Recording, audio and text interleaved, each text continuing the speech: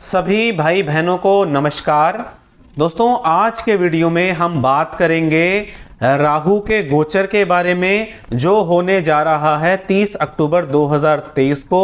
और आज का जो विषय रहेगा वो रहेगा मीन लग्न के जातकों के लिए, कि जो मीन लग्न के जातक हैं उनके लिए ये राशि परिवर्तन कैसा प्रभाव देने वाला है। दोस्तों, अगर आप इस चीज में कंफ्यूज रहते हैं कि मैं मीन राशि देखूं या मीन लग्न देखूं, तो मेरे व्यक्तिगत अनुभव के आधार पर आप अपने लग्न के अनुसार देखें, या इसके अलावा आप अपनी राशि अनुसार भी देख सकते हैं। मान लीजिए आपका लग्न तो है मीन और राशि है आपकी वृषभ, तो आप दोनों का देखें। आप अगर दोनों में खराब बताया गया है तो आपको निश्चित तौर पर खराब परिणाम मिलेंगे। अगर आपको एक में खराब एक में अच्छा बताया गया है तो मिक्स परिणाम आपको मिलेंगे, और अगर दोनों में अच्छा बताया गया है तो आपको अच्छे परिणाम ही मिलेंगे। आज हम बात करेंगे लग्न के हिसाब से कि आपका मीन लग्न है तो कैसे प्रभाव आपको मिलने वाले हैं। देखिए, अभी एक चीज विशेष बता दूं कि जैसे कुछ बड़े ग्रह हैं, जैसे शनिदेव हैं, बृहस्पति देव हैं, राहु हैं, ये गोचर जब करते हैं उससे लगभग 1.5 महीने पहले ही इसके प्रभाव आपको मिलने शुरू हो जाते हैं। यानी कि लगभग अगस्त एंड से या सितंबर के शुरू से ही आपको इसके परिणाम देखने को मिल जाएंगे।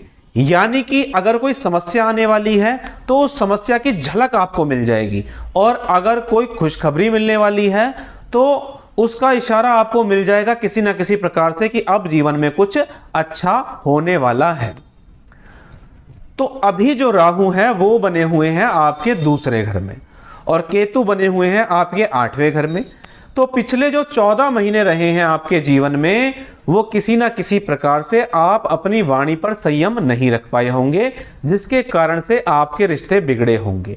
धन संबंधित समस्याओं को लेकर आप कुछ ना कुछ चिंतित जरूर रहे होंगे कि धन की स्थिति को कैसे अच्छा करा जाए, या हो सकता है कहीं पैसा आपका फंस भी गया हो।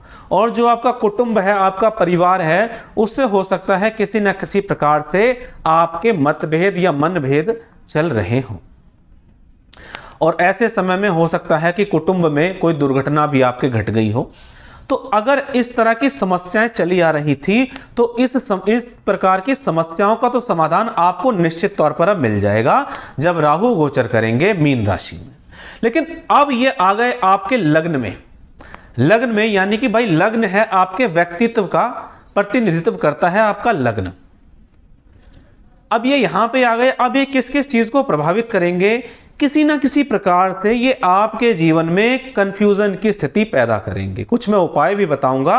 आज के वीडियो को बनाने का जो विशेष मकसद है वो ये है कि अगर बुरे प्रभाव मिल रहे हैं तो पहले से ही उपाय कर लिए जाएं, ताकि उन प्रभावों को कम किया जा सके। अब ऐसे में क्या होगा कि आपकी सोचने समझने की जो क्षमता है उसमें कुछ कंफ्यूजन टाइप आपको देखने को मिलेगी।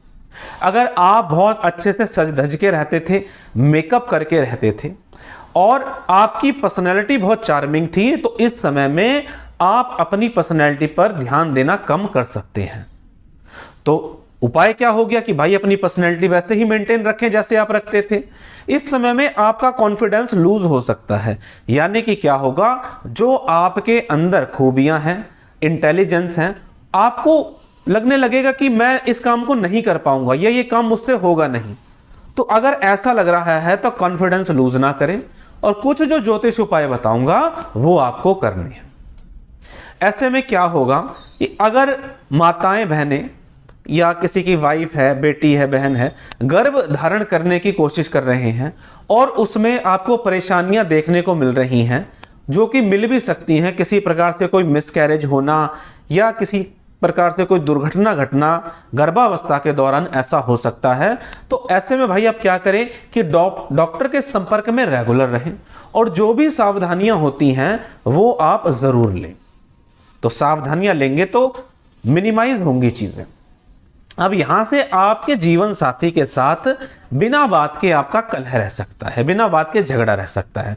हो सकता है कलह इतना बढ़ जाए कि जीवन साथी सोचे कि कुछ समय के लिए दूर ही हो जाए तो बेहतर है, जिससे कि झगड़ा कम हो जाए। तो अगर झगड़ा होता है तो उसको इतना ना बढ़ाएं कि दूर तक जाने की नौबत आ जाए, कोर्ट कचहरी की नौबत आ जाए, पुलिस कोर्ट कचहरी हो जाए। कुछ समय के लिए उस स्थान से हट जाइए, दूर हो जाइए, ताकि भाई क्या हो, वो जो ग्रह नक्षत्र का समय है वो टल जाए, तो झगड़ा करने से बचें। ऐसे समय में अगर आप पहले से बहुत पूजा पाठ करते थे या करते हैं तो आपको ऐसा लगने लगेगा कि भाई दुनिया में भगवान है भी या नहीं है, जिस भगवान पर मैं इतना भरोसा करता हूं, मेरी जिंदगी में बुरा ही क्यों हो रहा है, अच्छा क्यों नहीं हो रहा। तो इस समय पर आपका जो विश्वास है आपके इष्ट पर, आपके गुरु पर थोड़ा कम हो सकता है। तो ऐसा बिल्कुल भी ना करें। आपके इष्ट, आपके गुरु हमेशा आपकी परीक्षा लेते हैं ताकि आपके व्यक्तित्व में कुछ निखार आ सके। तो अपने इष्ट पर पूर्ण रूप से भरोसा बनाए रखें। जो भाई बहन रेगुलर मंदिर जाते हैं, रेगुलर मंदिर जाते रहें, मंदिर जाना ना छोड़ें। कोई भी वो पूजा पाठ स्पिरिचुअलिटी में कोई भी नियम कानून फॉलो करते हैं तो उसे फॉलो करते रहें। ऐसा ना सोचें कि अगर मैं शिवलिंग पर जल चढ़ाता हूं इससे हो तो कुछ नहीं रहा, आगे भी कुछ ना होगा। या भगवान को रोज भोग लगाते हैं, ठाकुर जी की सेवा करते हैं, जो काम आप जैसे कर रहे थे वैसे ही आपको करते रहना है। तो यहां से राहु के जो नकारात्मक प्रभाव हैं वो मिनिमाइज हो जाएंगे। ऐसे समय में आपको कुछ विशेष सावधानियां रखनी है। घर में बिल्कुल भी कबाड़ इकट्ठा नहीं करना। अगर पहले से कोई बंद घड़ी, खोटे सिक्के, ऐसी चाबियां जिनके ताले ही नहीं है, ऐसे ताले जिनकी चाबियां नहीं है, ऐसा कोई वेस्ट सामान, चाहे वो जूते चप्पल है, चाहे कोई फर्नीचर है, उसको घर से बाहर निकाल के फेंक दीजिए। कुछ कीले हैं जिनमें जंग लगी हुई है, या कोई भी ऐसा कबाड़ का सामान है, अगर किसी के काम आ सकता है, किसी गरीब के, उसे दे दो। और नहीं आ सकता है तो उसे बेच दो आप। घर में कबाड़ बिल्कुल भी इकट्ठा नहीं करना।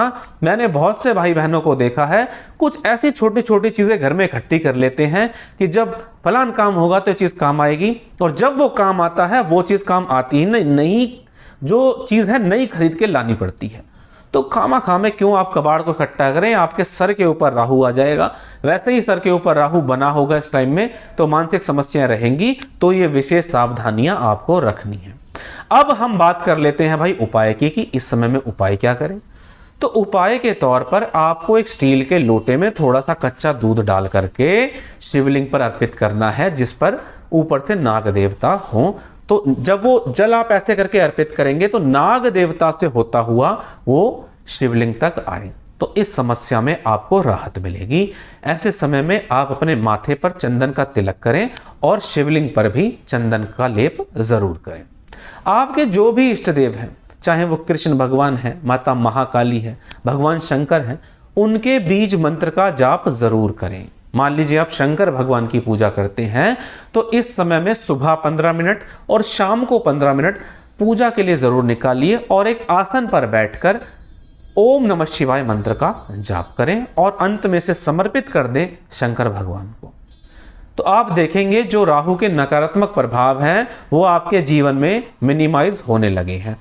और इस समय में एक संकल्प जरूर लगाएं कि भाई जो ऐसे लोग हैं जो दिव्यांग हैं, जिनके हाथ पैर में किसी ना किसी प्रकार से कमी आ गई है, या जो कुष्ठ रोगी हैं, या मान लीजिए जो मेहनत का भी काम करते हैं, किसी ना किसी प्रकार से हर महीने में कुछ पैसे लगाकर उनकी सेवा जरूर करी जाए।